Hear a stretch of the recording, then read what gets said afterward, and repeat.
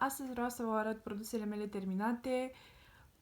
S-a umplut plasa aceasta cu totul și nu mai încape deloc, așa că vreau să vi le prezint și după să le arunc, pentru că nu mai am nici spațiu unde să le mai pun. În primul rând am terminat acest deodorant de la Nivea. Am tot folosit DAF, dar am zis să mă schimb și pe altceva. Ăsta, într-adevăr că lasă ceva urmă albă, dar nu e nicio problemă pentru că nu lăsa un așa de tare, așa că mi-a plăcut foarte mult.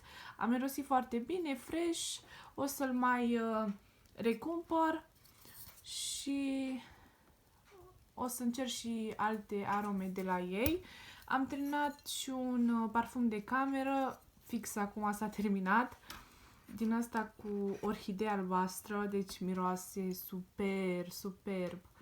Nici n-am fost atentă că s-a terminat în cameră și tot mă gândeam eu că ceva nu-i bine, dar el s-a terminat și l-am schimbat acum. Cu siguranță o să-l recumpăr. Pe urmă am terminat o cutie de șervețele cosmetice, astea le-am folosit în bucătărie, au fost pe acolo pe lângă apă, pe lângă ghiuvetă și de asta arată așa mai urât, dar îmi plac foarte mult că pot să iau, să scot ușor din cutie. Așa, am terminat și un pachet de șervețele Lula la 72 de bucăți, foarte bune, o să le mai recumpăr. Șervețel mare, îmbibate în produs, preț accesibil, o să le mai recumpăr. S-a terminat și această soluție de șters pe jos,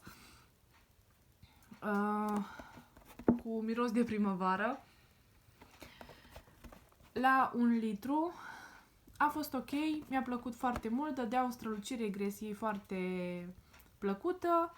O să o mai recumpăr, dacă o să mai găsesc prin ceva magazin. S-a terminat și această spumă de ras de la Nivea, am folosit-o pentru picioare, pentru că eu mă irit dacă nu folosesc o spumă sau altceva, sau o cremă depilatoare. Așa că am folosit-o pe asta și a fost ok, mi-a plăcut. S-a terminat și acest deodorant, dar nu l-am folosit ca și deodorant, l-am folosit ca și parfum prin casă, pentru că nu are un miros chiar atât de plăcut și nu arată el la deodorant, așa că l-am dat prin casă, mai prin dulap și a trecut. S-a terminat și acest săpun lichid cu floare de bumbac la 500 de ml. Îl cumpăr din Penny, ne place foarte mult, nu usucă mâinile, le curăță foarte bine și un preț foarte bun, chiar dacă are o textură un pic mai lichidă. S-a terminat și acest șampon Today, marcă proprie Penny, la 300 de ml. Nu știu dacă v-ați uitat voi la clipurile mele cu produse terminate, dar știți că în trecut mi-a plăcut tot de la Today, marcă proprie Penny, o cantitate mai mare, dar acum l-a scos nu l-am mai văzut printre rafturi, așa că cred că l-am înlocuit cu ăsta. Dar aia este. Miroase foarte bine și ăsta și își face foarte bine treaba. Nu pot să spun că nu își face treaba, dar ăla mi se părea puțin mai bun. Dar aia este. O să găsesc eu în viitor. O să tot încerc și o să găsesc unul bun. S-a terminat și această rezervă de săpun lichid Teo. A mirosit foarte bine, mi-a plăcut foarte mult. Am pus-o prin baie, la bucătărie și s-a terminat rezerva de 800 de ml. A mirosit superb și nu usca mâinile, le hidrata, le curăța, tot ceea ce trebuie. S-a terminat și acest șampon pentru păr cu tendințe de rupere. A fost ok, mi-a plăcut. Nu pot să spun că nu mi-a plăcut, dar acum folosesc ceva de la farmacie și vreau să merg cu tratamentul înainte. Nu o să folosesc o perioadă până ce o să se termine. acel șampon care vi l-am arătat, cred că în comanda mea Pharmacy. Și o să merg cu tratamentul pentru a-mi vedea rezultate. Deci deja văd că părul meu nu mai e atât de ars. Așa. S-a terminat și acest gel tot de la Penny, marcă Today, marcă proprie Penny, cu lemon. Ce să vă spun, a avut cantitate de 300 de mililitri. Nu mi-a prea plăcut cum a mirosit, nu cred că o să-l mai recumpăr. Nu a avut niciun miros specific, să spun așa. Așa că nu cred că o să-l recumpăr și plus de asta scoteam produsul foarte greu din recipient.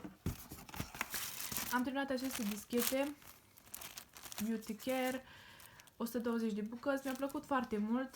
Cred că a curs ceva, dar nu știu ce.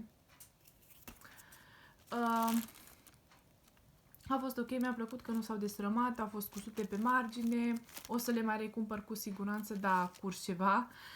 Pentru că și ăsta este un pic cam ud, dar nu contează. Că după o să le arunc. Așez machiajul foarte bine și o să le mai recumpăr dacă o să le mai văd prin ceva magazin. Încă un parfum. Tot de la Avias. Ăsta îl am din nou. Și ăsta miroase foarte bine. Mami le recumpără tot timpul. Și mie îmi place, tot îi spun să cumpere, pentru că chiar miros foarte bine. Am terminat un balsam de păr de la Garnier, care l-am folosit când m-am vopsit, doar că cutia de la vopsea am aruncat-o. Și am păsat ăsta, avea 12 ml, ce să vă spun, a fost cu avocado, a fost ok cât de cât, dar eu am folosit după ce m-am spălat din nou cu șampon și balsam. Și ultimul produs, să spun așa, este acest, a curs ceva foarte mult aici, văd că, uitați, a curs în punga, dar, na, o să arunc și punga dacă nu o să se usuce. Acest săpun solid de bebeluz, să spun așa, mi-a plăcut foarte mult, că miroase a bebe și mie îmi place toate chestiile astea care miros așa frumos. Mi-am spălat bureței, am spălat unele chestii cu ele, a fost ok, a curățat, a făcut spume, nu au usucat mâinile, tot ce trebuie. E bine, acestea sunt produsele mele terminate. Dacă chiar este primăvară, uitați că este început de primăvară, 1 martie, vă doresc o primăvară frumoasă și sănătoasă, pentru că asta este tot ceea ce contează. Și ne revedem într-un nou clip. Vă pup!